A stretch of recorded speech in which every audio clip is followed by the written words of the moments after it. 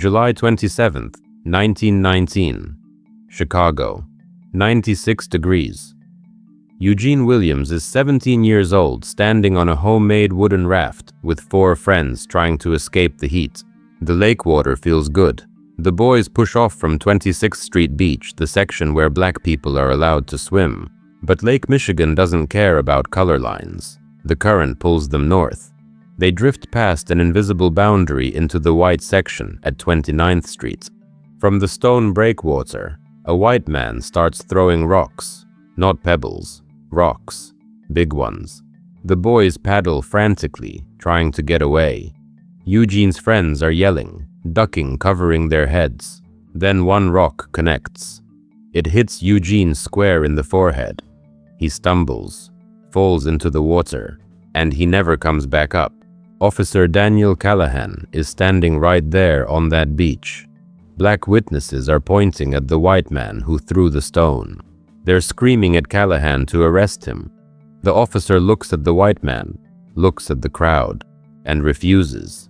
Instead, he walks over and arrests a black man who had tried to defend Eugene. That refusal sparked 13 days of hell.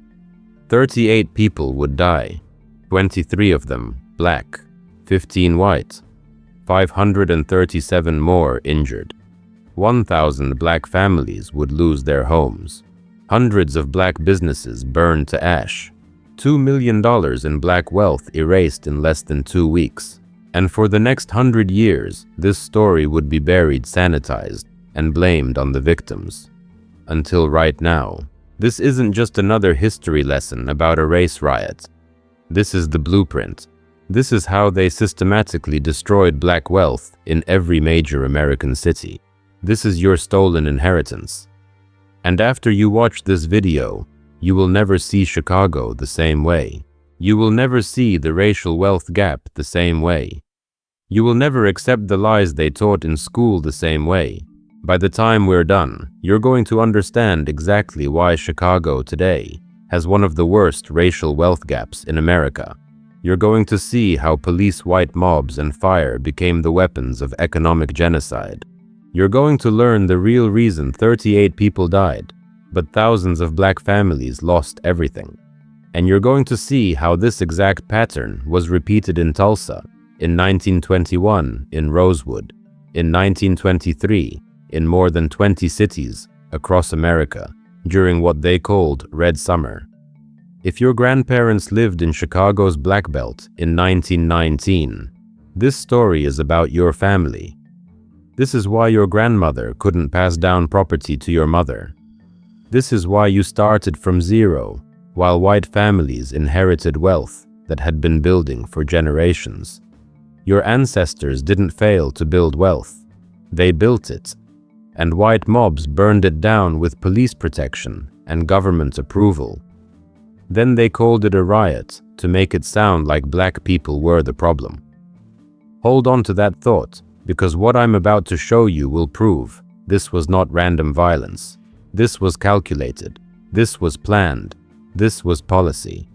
And the people who did it made sure you would never know the full truth. Let me take you back to 1916. World War I is raging in Europe. American factories are running day and night, making weapons, uniforms, steel, everything the war machine needs. And they need workers. Lots of workers. Down south, black people are living under Jim Crow. They're sharecropping for pennies. They're getting lynched for looking at white people the wrong way. They're trapped in a system designed to keep them poor and powerless. Then word spreads. Chicago is hiring. The steel mills need men. The stockyards need men. The railroads need men. And they're paying $3 to $5 a day. That's 3 times what you can make in Mississippi. That's enough to rent a real apartment, send your kids to school, maybe even save money. So they come. They pack up everything they own and board trains heading north. Between 1916 and 1919, more than 500,000 black people leave the South in what historians call the Great Migration. Chicago's black population explodes. In 1910, there were 44,000 black people in Chicago. By 1920, that number more than doubles to 109,000. These aren't refugees running away. These are people running towards something. Freedom, opportunity, the chance to build wealth and pass it down to their children. They settle on the south side of Chicago, in an area that stretches from 12th Street down to 63rd Street. People start calling it the Black Belt. And let me tell you, this place is thriving. There are Black-owned restaurants where you can get a good meal. Black-owned stores selling everything from groceries to furniture. Black insurance companies. Black newspapers. Black churches on every corner. Black doctors and lawyers opening offices. People are working hard, making good money, and building something real.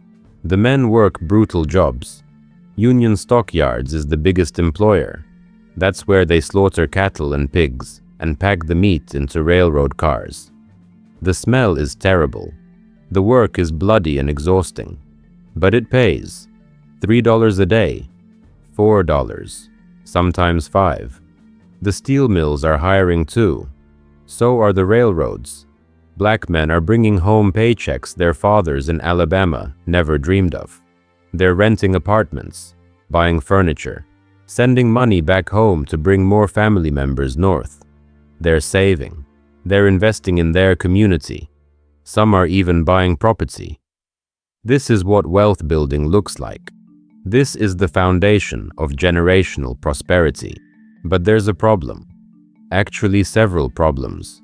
Chicago's white population doesn't like what's happening, especially the European immigrants, the Irish, the Polish, the Italians. They came to Chicago a generation or two earlier and clawed their way up from poverty. They work in the same factories and stockyards as Black people, and they're terrified. They're scared Black workers will take their jobs. They're scared Black families will move into their neighborhoods and property values will drop. They're scared of losing the small amount of status and security they've managed to build, so they push back hard. White homeowners create something called restrictive covenants. These are legal contracts that say, if you sell your house, you cannot sell it to a Black person. You cannot rent to a Black person. These covenants spread across Chicago like wildfire. Whole neighborhoods become legally off-limits to Black families. It doesn't matter how much money you have. It doesn't matter if you're a doctor or a businessman. If you're Black, you cannot live there. This creates a massive problem. More and more Black people are arriving in Chicago every week, but they can only live in the Black Belt, that narrow strip on the south side. So the Black Belt gets more and more crowded. Landlords start subdividing apartments into tiny units called kitchenettes. Multiple families crammed into spaces designed for one family. Sometimes you don't even have your own bathroom. You're paying high rent for terrible conditions because you have no other choice. And the tension keeps building. In the summer of 1919, there are already incidents. Black families trying to move into borderline neighborhoods get attacked. Their windows get smashed. Sometimes their houses get firebombed. The police do nothing. White gangs roam the streets near the Black Belt, looking for Black people to intimidate. The city feels like a powder keg. Everyone knows something bad is coming. They just don't know when. Then comes that Sunday, July 27th, 1919. The hottest day of the year, 96 degrees. Thousands of people flood to the Lake Michigan beaches trying to cool off. The beaches are segregated by custom, not by law. Black people swim at 26th Street. White people swim at 29th Street. There's no fence, no signs, just an understanding backed up by violence. Eugene Williams and his friends don't set out to cause trouble. They just want to swim. They build a raft out of scrap wood and push it into the water at the Black Beach. The lake is beautiful. The water is cool. They're just kids having fun on a hot summer day. The current pulls them north. They don't even notice at first. Then they realize they've drifted past 29th Street. They're in the white section, and white people on the beach are angry. Really angry. A group of white men starts yelling. Then one of them starts throwing rocks. Imagine being on that raft. You're 17 years old. You're just trying to cool off. And suddenly rocks are flying at your head. You're trying to paddle away, but the raft is clumsy and slow. Your friends are shouting. The white men on shore are laughing and cursing and throwing more rocks. You're scared. You're just a kid. One rock flies through the air in a perfect arc. It hits Eugene Williams in the head. Hard. He loses his balance, falls into the water. His friends are screaming his name. They're reaching for him, but he's gone. He sinks under the surface and doesn't come back up. The black people on the beach see everything. They're pointing at the white man who threw the fatal rock. They're shouting for the police. Officer Daniel Callahan is right there. He saw it. Everyone saw it. The witnesses are pointing. Arrest him. Arrest that man. He just killed a boy. Callahan looks at the white man, looks at the crowd, and makes a choice. He refuses to arrest the murderer. Instead, he walks over to a black man in the crowd who's been arguing with white beachgoers and arrests him for disorderly conduct. That's the moment everything explodes. The black crowd erupts in anger. How do you kill a boy in broad daylight in front of hundreds of witnesses and the cop arrests the victim's people instead of the killer? How does that happen? Word spreads through the black community like lightning. A boy was murdered at the beach. The police protected his killer. The police arrested us instead. Within hours, violence breaks out across the city. But here's what they don't teach you in school. Here's what got erased from the textbooks. This wasn't a riot. This was a planned, organized attack on the black community by white gangs who had been waiting for an excuse. Irish gangs from the Stockyards area mobilize immediately. These aren't random mobs. These are organized groups of young white men, many of them in athletic clubs that are really just fronts for gang activity. They've been itching for this. They arm themselves with bats, bricks, knives, and guns, and they go hunting. They target black people trying to get home from work. They board streetcars and drag black passengers off and beat them in the street. They roam through neighborhoods looking for a black person, unlucky enough to be outside. A black man walking home from his factory shift gets surrounded and beaten unconscious. A black woman carrying groceries gets attacked on a street corner. And where are the police? Great question. The Chicago Police Department in 1919 is overwhelmingly white and Irish. Many officers are sympathetic to the white gangs. Some are members of the same social clubs. When black people call for help, police either don't come or show up and do nothing. Sometimes they join in. That first night is chaos. Black people trying to get home from work are getting attacked all over the South Side. The white gangs are organized and aggressive. The black community is caught off guard, but they start fighting back. Black men who served in World War I who just got back from fighting in France are not about to let white mobs terrorize their families without a fight. By Monday morning, July 28th, the violence is spreading. It's not just the border areas anymore. White gangs are penetrating deeper into the Black Belt. They're smashing windows of black-owned businesses. They're setting fires. They're shooting at people. And here's where it gets systematic. Over the next several days, the attacks follow a clear pattern. The white mobs target black economic prosperity. They burn black-owned stores. They destroy black-owned restaurants. They torch black-owned homes. This isn't random violence. This is economic warfare. Tuesday, July 29th. Wednesday, July 30th. The terror continues. Mayor William Thompson, they call him Big Bill. Thompson finally calls in the Illinois National Guard on Wednesday, but he waits too long. The damage is already catastrophic. On the night of Thursday, July 31st, white mobs launched their most devastating attack. They systematically torch black homes on the south side.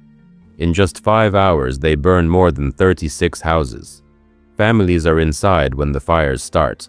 Mothers grabbing their children and running into the street with nothing but the clothes on their backs. Everything they own going up in flames. The furniture they saved for, the clothes, the family photos, the property deeds, all of it. Ash. Picture a black mother standing in the street at midnight, clutching her 3 kids, watching her house burn. Her husband worked 12-hour shifts at the stockyards for 2 years to save enough to buy that house. It was supposed to be their children's inheritance, their ticket to the middle class. Their proof that the move from Mississippi was worth it. And now it's gone. White men with torches are laughing. Police are standing nearby doing absolutely nothing. Some are smiling. That mother makes a decision that night. She takes her kids to the train station. She boards a train going south. Back to Mississippi. Back to the same Jim Crow terror she escaped 2 years earlier. Because at least in Mississippi she knows the rules. At least there she knows who to avoid and how to survive. Chicago promised freedom and delivered fire. She's not the only one. Hundreds of black families flee Chicago in the days after the violence. Not because they're cowards, because they're parents trying to keep their children alive. The Great Migration goes into reverse for a lot of folks. The dream dies in flames. The National Guard finally restores order by the weekend. Saturday, August 2nd. Sunday, August 3rd. The shooting and burning stop. The white mobs go home. Life supposedly returns to normal. But normal for who? Let's talk about the body count. The official numbers say 38 people died. 23 black. 15 white. But those numbers don't tell the real story. First of all, the real death toll is probably higher. Bodies that were never found. People who died later from injuries. Families who buried their dead quietly to avoid more trouble. And second, the death count isn't the main story. The main story is economic destruction. 537 people injured. Most of them black. 1,000 black families lost their homes. Hundreds of black businesses destroyed. The total property damage was estimated at over $2 million in 1919 money. That's more than 35 million in today's dollars. And almost all of it was black wealth that went up in smoke. Think about what that means. 1,000 families. That's 1,000 down payments lost. 1,000 chances at building generational wealth destroyed. If each of those families had kept their homes and passed them down, do you know what those properties would be worth today? In Chicago real estate, $500,000 each. Maybe more. That's $500 million in generational wealth stolen from the black community in 13 days. But here's what they really don't want you to know. The black community didn't just sit there and take it. Black people fought back. And this is the part that got completely erased from history because it didn't fit the narrative they wanted to tell. Thousands of black men had just returned from World War I. They'd been fighting in France with the 8th Illinois Regiment and other black units. They'd faced German machine guns.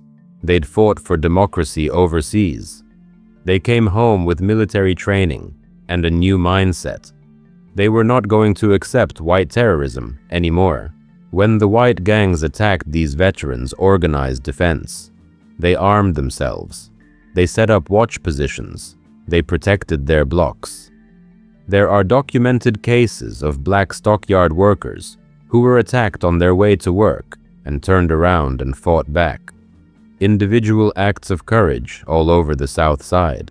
And let me tell you about Ida B. Wells Barnett. You need to know this name. She was a journalist and activist who had been investigating lynchings and white violence for decades. Back in 1892, a white mob in Memphis destroyed her newspaper office and threatened to kill her because she told the truth about lynching. She fled to Chicago and kept fighting. During the 1919 violence, Ida B. Wells went into the Black community and interviewed victims. She documented what happened. She wrote it down. She made sure someone was recording the truth because she knew they would try to rewrite the story later. And she was right. She'd written years earlier that the only time Black people survived attacks was when they had guns and used them in self-defense. That was controversial then. It's controversial now. But it was true. The areas where Black people were organized and armed, the white mobs didn't penetrate as deep. The places where Black people were caught by surprise suffered the worst damage. The Black churches became refugee centers. Pastors opened their doors and let homeless families sleep in the pews. Black women organized food distribution and medical care. The community pulled together and took care of its own because the city government sure wasn't going to do it. This is your heritage. Your ancestors weren't helpless victims cowering in fear. They were warriors who organized, fought back, and took care of each other under the worst circumstances imaginable. That courage is in your DNA. That strength got passed down to you. Don't ever let anyone tell you your people were weak. But I need you to understand something crucial. Chicago 1919 was not an isolated incident. This was not one bad event in one city. This was part of a coordinated national pattern of destroying Black wealth. And if you don't see the pattern, you'll think each event was just a random tragedy. Once you see the pattern, you'll understand this was policy. This was genocide. This was systematic economic warfare. 4 days before Chicago exploded, another city was already burning. Washington, D.C., July 19th through July 23rd, 1919. White mobs roamed the streets of the nation's capital, attacking Black residents. And get this, many of the attackers were wearing military uniforms. Soldiers and sailors, just back from World War I, decided to celebrate by terrorizing Black people. The D.C. police did nothing. President Woodrow Wilson, who was openly racist and had segregated the federal government when he took office, waited days before sending in 2,000 troops to restore order. By then, dozens were injured and several were dead. But here's what makes D.C. different. The Black community in Washington fought back hard. They organized armed resistance. They defended their neighborhoods with discipline and force. The white mobs expected easy victims. They found organized opposition instead. That resistance is what finally stopped the violence. The newspapers barely covered it. The history books mention it in passing, if at all. But it happened. 4 days before Eugene Williams drowned in Lake Michigan, the nation's capital was already engulfed in racial violence. This wasn't random. This was a wave. 2 months after Chicago, another massacre. Elaine, Arkansas. September and October 1919. Black sharecroppers in the rural South decided they were tired of being cheated by white landowners. They formed a union called the Progressive Farmers and Household Union.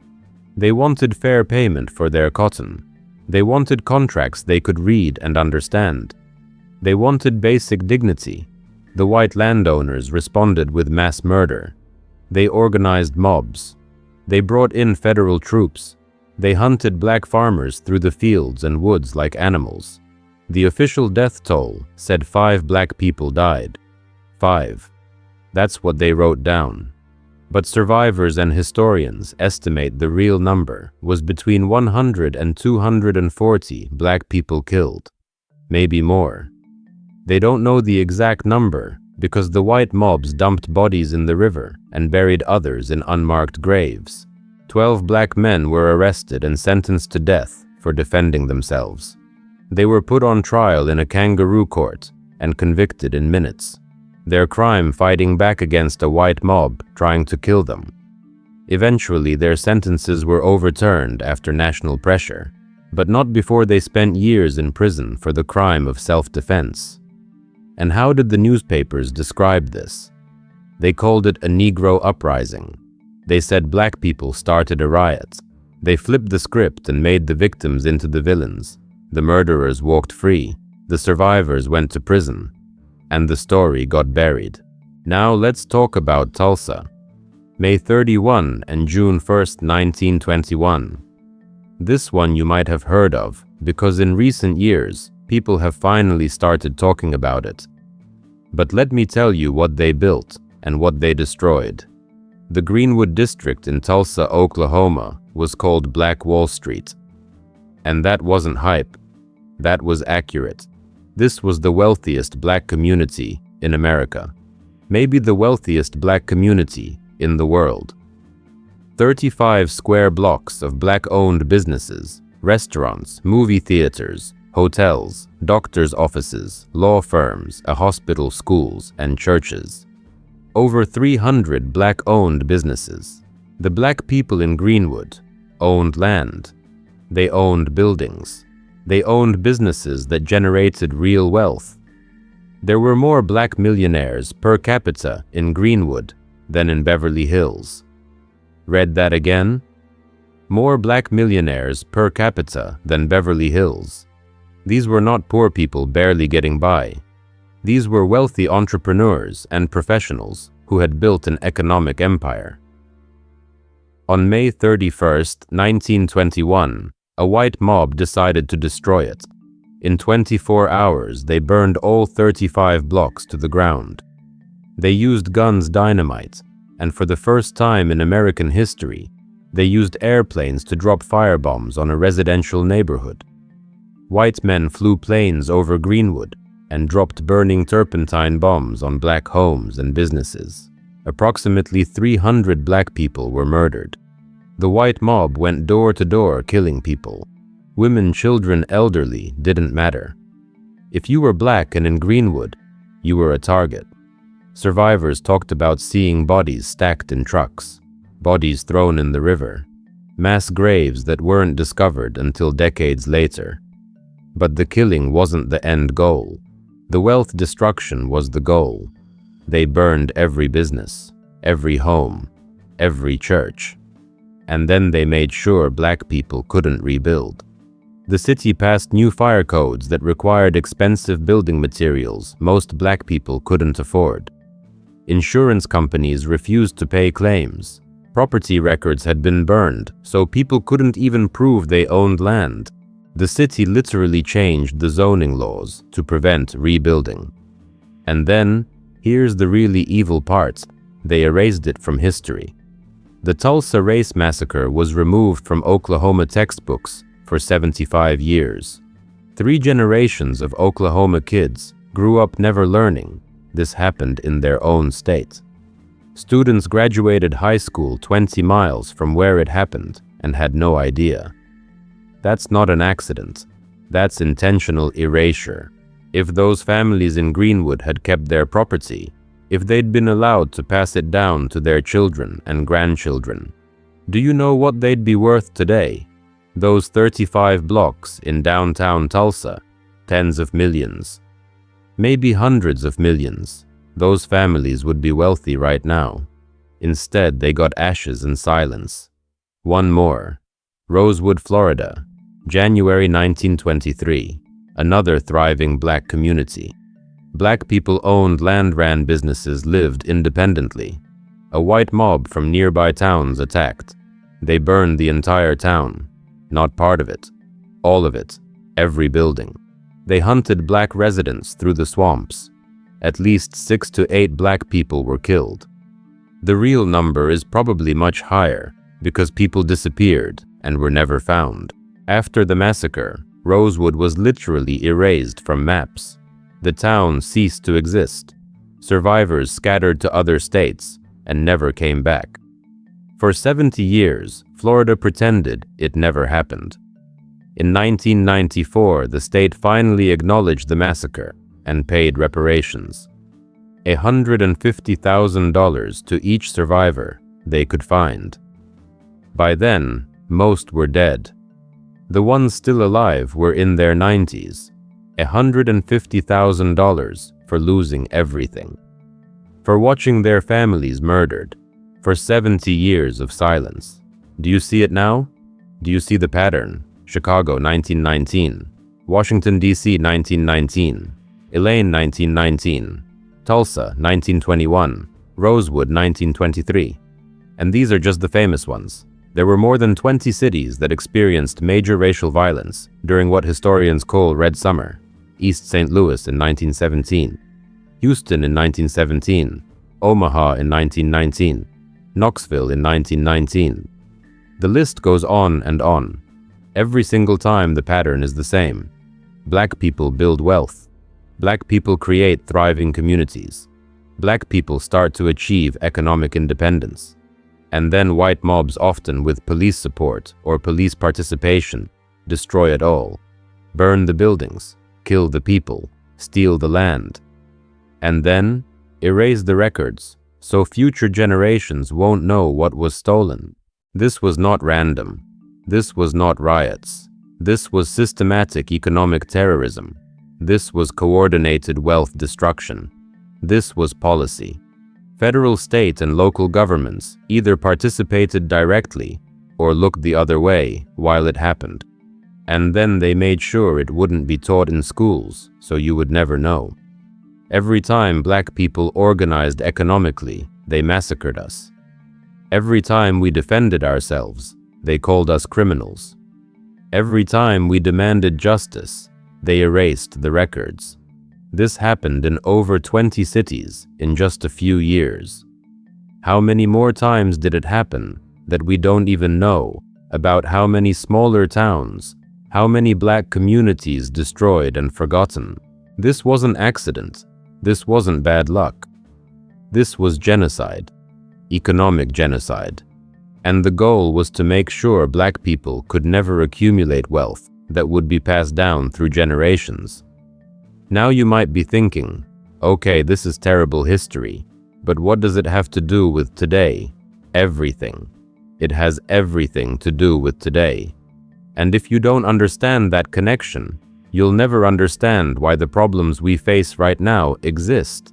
So hold on, because this next part is going to make you angry. But it needs to make you angry, because anger without action is just pain. Anger with understanding becomes power. They didn't just destroy the wealth. They made sure you'd never know it existed. They built a machine to erase the evidence, rewrite the history, and make you think black poverty was natural instead of manufactured. Let me show you exactly how they did it. First, physical destruction. They burned the property records. In Tulsa, when they torched Greenwood, they made sure to destroy every deed, every title, every document that proved black people owned that land. Think about what that means. You survive a massacre. Your house is ashes. Your business is gone. You go to rebuild, and they ask, can you prove you owned that land? No. The records burned. Convenient, right? In Rosewood, they didn't just burn buildings. They demolished every structure. They erased the town from existence. Future generations driving through that area wouldn't even know black people had lived there, owned land, their built prosperity there. Gone, like it never happened. In Chicago, those 36 houses that burned in one night on July 31st, 1919, the families lost everything. Not just the buildings, the furniture, the family photos, the birth certificates, the marriage licenses, everything that proved their existence and their ownership. And when they tried to file insurance claims, guess what happened? Denied. The insurance companies looked at the black families who'd been terrorized and said, sorry, we're not paying. They killed witnesses too. People who saw what happened, who could testify, who could tell the truth. They got threatened. Some got killed. The ones who survived learned to keep quiet because speaking up meant death. In Elaine, Arkansas, the white mobs hunted down black farmers who'd been part of the Union. They didn't just kill them during the massacre. They tracked down survivors afterward to make sure no one would talk. That's physical erasure. Burn the buildings, burn the records, kill the witnesses. Now there's no evidence. Now you can't prove what was stolen. Now your grandchildren will have no idea what their great-grandparents built and lost. But physical destruction wasn't enough. They needed legal suppression to make sure even if black people survived, they couldn't rebuild. After the Tulsa massacre, the city changed the building codes. Suddenly, if you wanted to rebuild in Greenwood, you had to use expensive fire-resistant materials.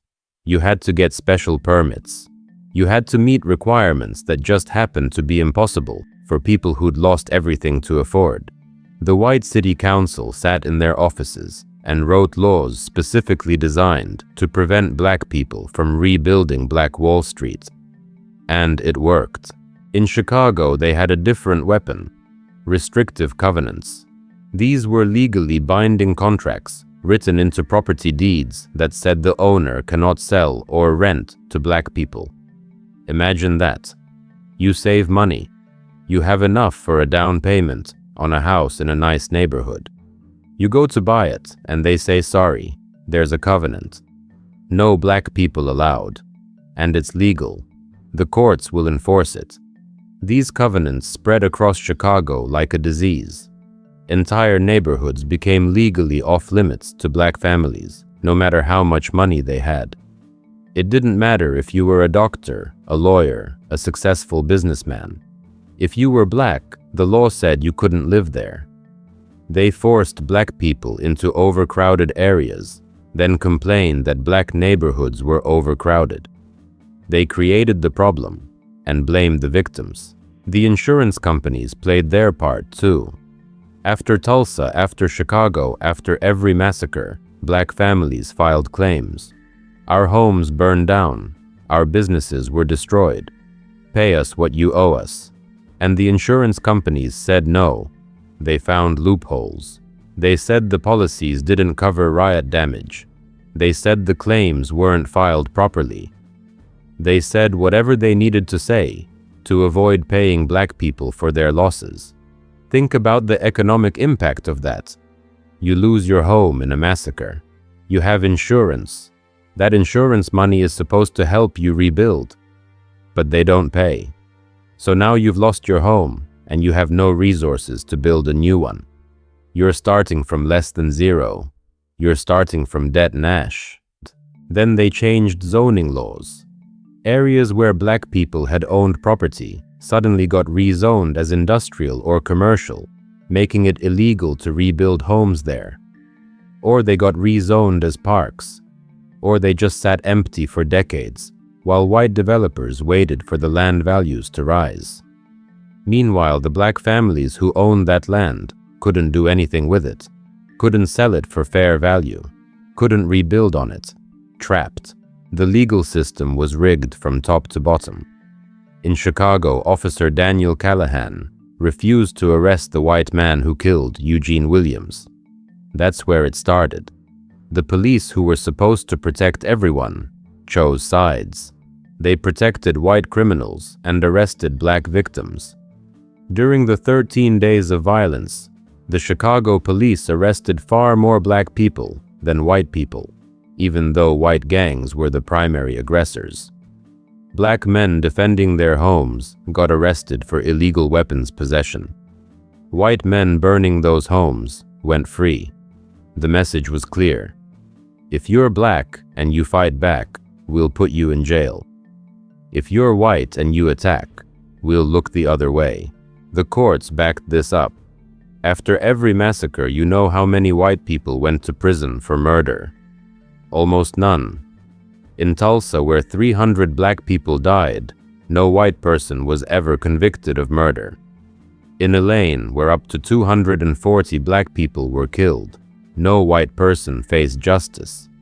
Instead, 12 black men were sentenced to death for defending themselves.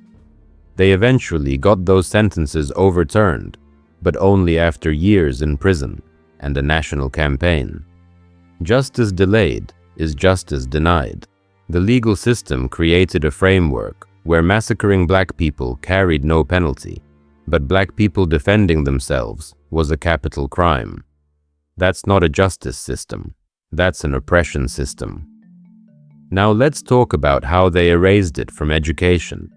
This might be the most insidious part because it's still working today. The Tulsa Race Massacre was removed from Oklahoma textbooks for 75 years. 75 years.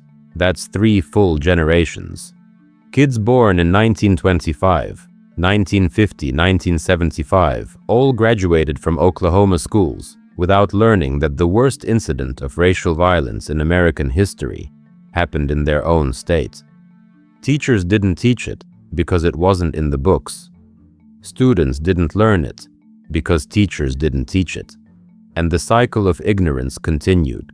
When the massacre was finally added back to textbooks in the late 1990s, there were white adults in Tulsa who'd lived their entire lives 20 miles from Greenwood and never knew it happened.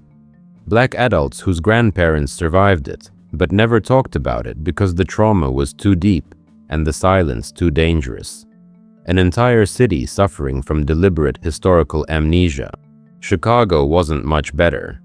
The 1919 race massacre gets mentioned briefly in Illinois history classes, if it gets mentioned at all.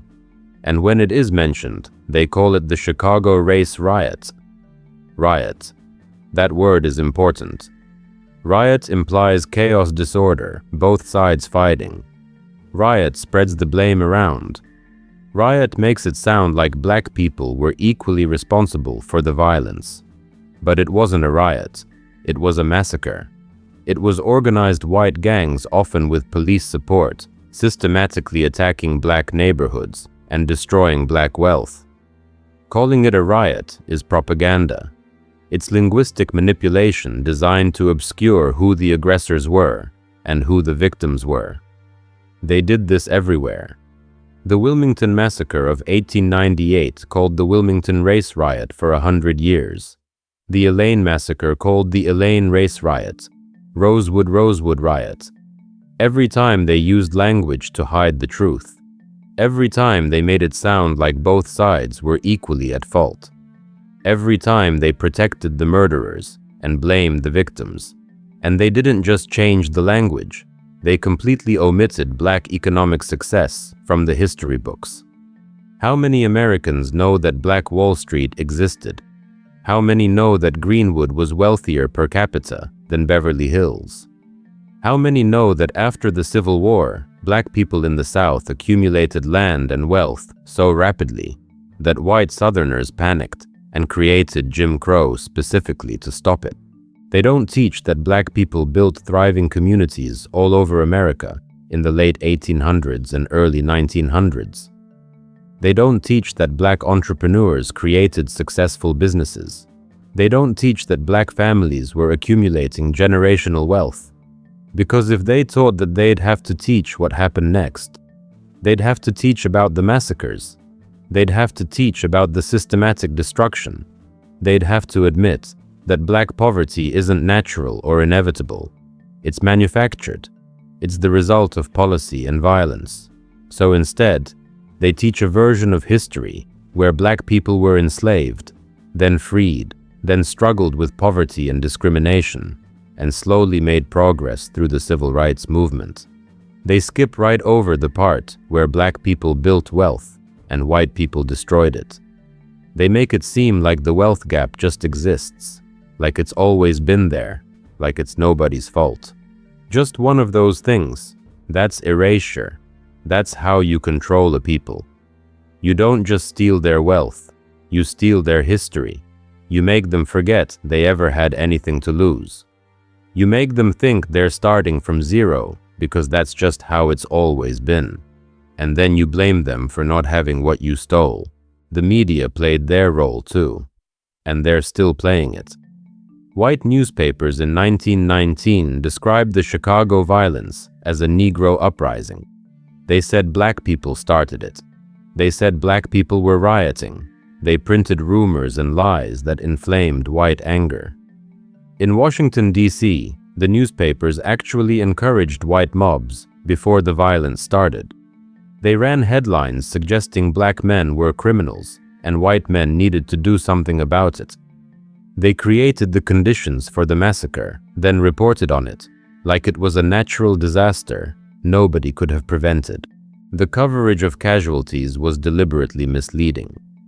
In Chicago, the newspapers reported 38 dead. That number might be accurate. It might not be. But even if it is, it hides the real story. Because the real story isn't how many people died. The real story is how many people lost everything. 1,000 families lost their homes. That's thousands of people, probably 10,000 people or more, who lost their primary asset, who lost their chance at generational wealth, who saw their dreams burn. But the newspapers focused on the death toll because it sounded less severe. 38 dead sounds like a tragedy. 10,000 people economically destroyed sounds like genocide. In Elaine, Arkansas, the newspapers reported 5 black people died. 5. The actual number was between 100 and 240. But the white newspapers printed 5 because that made it sound small. That made it sound manageable. That hid the scale of the slaughter. In Tulsa, the newspapers initially reported 36 dead. The real number was around 300. But 36 is what got printed, and that's what people believed for decades. Even today, some sources still cite the low number, because that's what's in the old newspapers, and newspapers are treated as reliable sources. The media didn't just get the numbers wrong, they got the story wrong. They portrayed white mobs as concerned citizens responding to black aggression. They portrayed black victims as aggressors. They ran photos of black people being arrested and called them rioters. They ran photos of white militia members and called them peacekeepers. They shaped public opinion to justify the massacres while they were happening and to excuse them after they ended. And here's the thing. The media's lies became the historical record. Historians writing decades later used those newspaper accounts as sources. Teachers used textbooks based on those sources. Students learned a version of history written by the perpetrators. The truth got buried under layers of propaganda, and by the time anyone tried to dig it out, most of the witnesses were dead. That's suppression. That's erasure. That's how you get away with genocide. You do it with fire and bullets, then you follow up with laws and lies. You destroy the evidence, criminalize the victims, and rewrite the story. And it works. For generations, it works. So when someone asks, why didn't black people just work hard and build wealth like other groups, you tell them this: we did. We built it. And they burned it down. And then they erased the evidence, so people like you would ask questions like that. When someone says the wealth gap exists because black people don't save money or don't invest wisely, you tell them this: the wealth gap exists because they stole $100 trillion from us. The wealth gap exists because every time we built something, they destroyed it. The wealth gap exists because it was designed. It was policy. It was intentional. And that brings us to right now, to today, to the world you're living in. Because this isn't ancient history. This isn't a story about things that happened long ago to people who are all dead. This is current events. This is ongoing. The theft never stopped. It just changed forms. Let me show you the numbers, and then you'll understand. The median white household in America has $188,000 in wealth. The median black household has $24,000. That's not a typo. White families have 8 times more wealth than black families on average. 8 times. Now here's the question. Why? And don't say it's because black people don't work hard. Don't say it's because we don't save money, or don't value education, or don't make good choices. Because that's not what the data shows. The data shows that even when you control for education, income, and every other variable, the wealth gap persists. A black family and a white family with the same income still have wildly different wealth levels. Why? Because wealth isn't just about what you earn. It's about what you inherit. It's about what gets passed down from parents to grandparents to great-grandparents. White families have been accumulating wealth for generations. They bought homes in the 1940s and 50s with government-backed mortgages. Those homes increased in value. They passed them down to their kids. Those kids borrowed against the equity to start businesses or pay for college. They built on the foundation their parents gave them. Black families were blocked from that same process. Redlining, which didn't end until 1968, meant black families couldn't get mortgages in decent neighborhoods.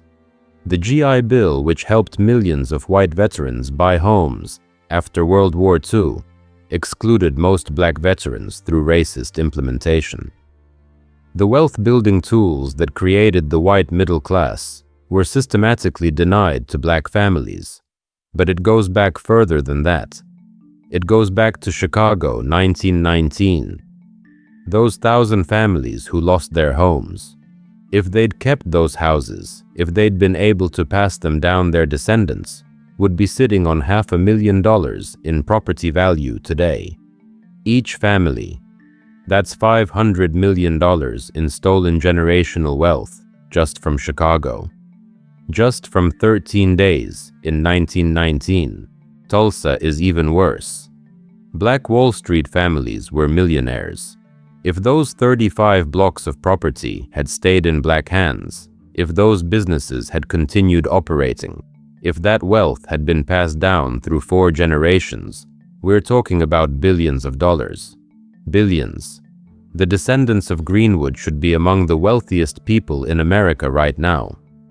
Instead, most of them struggle just like everyone else, because their inheritance was burned. Multiply that across 20 cities. Multiply it across 100 smaller incidents that didn't make the history books. Multiply it across decades of redlining employment, discrimination, predatory lending, and every other tool they used to keep black people poor. And you get $100 trillion. That's not hyperbole. Economists have tried to calculate the total wealth stolen from black Americans through slavery, Jim Crow, and ongoing discrimination. The number is over $100 trillion. That's your inheritance. That's what you should have. That's what your parents should have been able to give you. $100 trillion divided among 40 million black Americans. You do the math. And they have the nerve to ask why black people are poorer. They stole everything, hid the evidence, lied about it in textbooks, and then asked why we're not rich. That's not ignorance. That's cruelty. So when politicians talk about the wealth gap, like it's a mystery, like it's some complex economic puzzle that nobody can solve, you know, better now. The wealth gap isn't a mystery, it's a crime scene. And the evidence is everywhere once you know where to look. Now let's talk about reparations, because this is where people get uncomfortable. They want to acknowledge that bad things happened in the past, but they don't want to talk about paying for it. They'll say slavery was wrong. They'll even say Jim Crow was wrong. But mention reparations and suddenly, it's too complicated. It was too long ago, we can't afford it. How would we even calculate it? Here's my response to that. Chicago was 1919. That's 106 years ago. Your grandparents were alive. Tulsa was 1921. 104 years ago. There are people still alive who knew survivors. Rosewood was 1923. The state of Florida paid reparations in 1994, but most survivors were already dead. This is not ancient history. This is living memory. This is within reach of family stories and inherited trauma. Your grandmother might have known someone who lived through this. Your great-grandparents might have been there, and it didn't stop in the 1920s. Redlining continued until 1968. That's 57 years ago. Your parents were alive. Housing discrimination, employment, discrimination, all of it was legal until your parents' lifetime. And even after it became illegal, it continued in practice. Banks still deny mortgages to black applicants at higher rates. Employers still discriminate in hiring. Police still target black neighborhoods. The theft is ongoing. So when someone says it was too long ago, they're lying. When someone says we've moved past it, they're lying. When someone says we can connect current wealth gaps to past discrimination, they're lying. The connection is direct. The causation is clear. The evidence is overwhelming. The Chicago Commission on Race Relations investigated the 1919 violence and concluded that extreme economic disparities existed and that the Negro problem was not of the Negroes' making. They said that in the 1920s. Government officials acknowledged that systemic racism created the wealth gap 100 years ago. But they didn't offer reparations. They didn't compensate the victims. They just wrote a report and moved on. We are owed, not as a favor, not as charity, as a debt, as payment for stolen property, as restitution for wealth that was taken by force and fraud. Every other group that's been wronged by the American government has received some form of compensation. Japanese Americans interned during World War II got reparations. Native Americans got some land back and some payments, not nearly enough, but something. Jewish victims of the Holocaust got reparations from Germany. But black Americans who were enslaved for 250 years and then terrorized for another 150 have gotten nothing. The current proposals for reparations talk about studying the issue, forming commissions, calculating amounts. H.R. 40 is a bill that would create a commission to study reparations. It's been introduced in Congress for decades and never passed. They don't even want to study it. They don't want to open that door because once you honestly calculate what's owed, the number is so large, it would force a reckoning this country isn't ready for. But ready or not, the debt exists. The wealth was stolen. The receipts are there. And at some point, payment comes due. That's not a threat. That's how justice works. You can't steal someone's property and then say, sorry, it was too long ago to give it back now. The law doesn't work that way for anyone else. It shouldn't work that way for this. And here's why it matters now today, for you personally. Because the same patterns are still playing out. They're not burning down black neighborhoods with torches anymore. They're doing it with gentrification. You know the pattern. Black families live in a neighborhood for decades. It's not fancy, but it's home. Then white developers and young white professionals discover the neighborhood. Coffee shops open, artisanal bakeries, upscale restaurants. Property values rise, property taxes rise, rent rises. And suddenly the black families who lived there for generations can't afford to stay. They get pushed out, again. And the neighborhood that black people built becomes white again. That's the same process. It's just quieter. Mass incarceration is modern slavery. In 1919, they killed black men for defending themselves and called them criminals. In 2025, they lock up black men for years over minor offenses and call them criminals. The 13th Amendment abolished slavery, except as punishment for crime. So they made sure to criminalize as many black people as possible. They flood black neighborhoods with police. They arrest black people at higher rates for the same crimes white people commit. They give black defendants longer sentences. And then they put them to work in prisons for pennies an hour. That's slavery. They just gave it a new name. Police brutality is the modern KKK. In 1919, Chicago police supported white mobs attacking black people.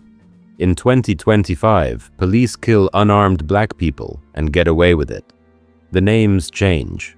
George Floyd, Breonna Taylor, Tamir Rice, Philando Castile. The list is too long. The pattern is the same. Black lives threatened by people in uniform who face no consequences. History doesn't repeat, it rhymes. The tactics evolve, but the goal remains the same. Keep black people poor. Keep black people powerless. Keep black people from accumulating the wealth and political influence that would let them challenge the system. And if your family lived in Chicago's Black Belt in 1919, this affected you directly. This is why your grandmother worked 3 jobs, but never owned a home. This is why your parents started from zero with no inheritance to build on. This is why you're working twice as hard for half as much. The wealth gap in your family isn't because your ancestors didn't try. It's because what they built got stolen. That wealth should have been passed down to you. That house your great-grandfather bought in 1917 should have gone to your grandfather, then to your father, then to you.